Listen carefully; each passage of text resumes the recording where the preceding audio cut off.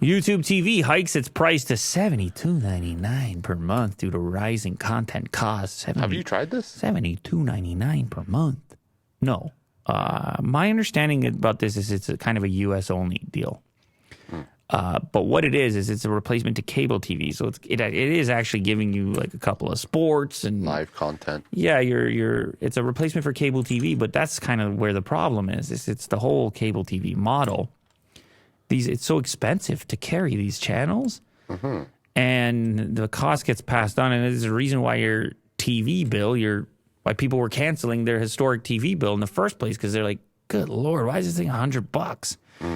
So here's what YouTube TV has to say about it. An update for our members. As content costs have risen and we continue to invest in our quality of service, we'll be adjusting our monthly cost after 3 years from $65 a month to $73 a month in order to bring you the best possible TV service. New members will see this new price today, while existing members will see the pricing change beginning April 18th. Additionally, we are lowering the price of our 4K Plus add-on from $20 a month to $10 a month. So they want more people to just get the 4K aspect, but it's still going to be an additional cost. So if you want 4K, you're looking at $83 a month, something like that, right? Yeah, $83 a month. We are committed to offering a premium way for you to stream TV, but we understand this new price may not work for you. We do hope YouTube TV continues to be your service of choice, but we want to give you the flexibility to cancel at any time. Well, that's kind of nice to say. As always, thank you for your membership and head here for more details. So here's what I just want to read some replies. I want to see how people feel about it. Anthony says $8 more per month with 100% less MLB network. This is where we leave each other. It's not you. ...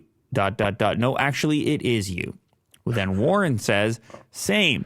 When I signed up, YouTube TV was a great alternative to cable because it was $35. Now it's the same price as cable with fewer channels. Wow. No MLB network. I'm out too. So the sports, I think, was a big deal to people. People seem to be somewhat willing to pay for sports.